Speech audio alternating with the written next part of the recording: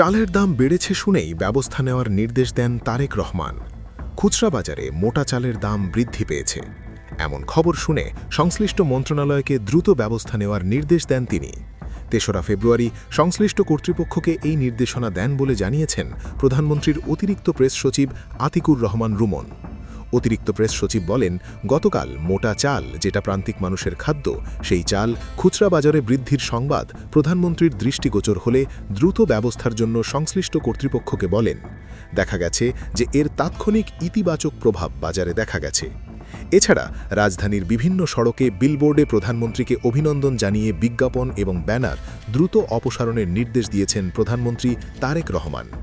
অতিরিক্ত প্রেস সচিব বলেন, উপকূলীয় ও বঙ্গোপসাগর এলাকায় জলদস্যুতা, ডাকাতি, অবৈধ পাচার ও মৎস্য সম্পদ রক্ষায় নিয়মিত টহল বাড়ানো এবং জেলেদের নিরাপত্তা নিশ্চিত করতে প্রয়োজনীয় নির্দেশনা দিয়েছেন প্রধানমন্ত্রী। তারেক রহমানের এমন সিদ্ধান্তকে আপনি কিভাবে দেখছেন? কমেন্টে জানান।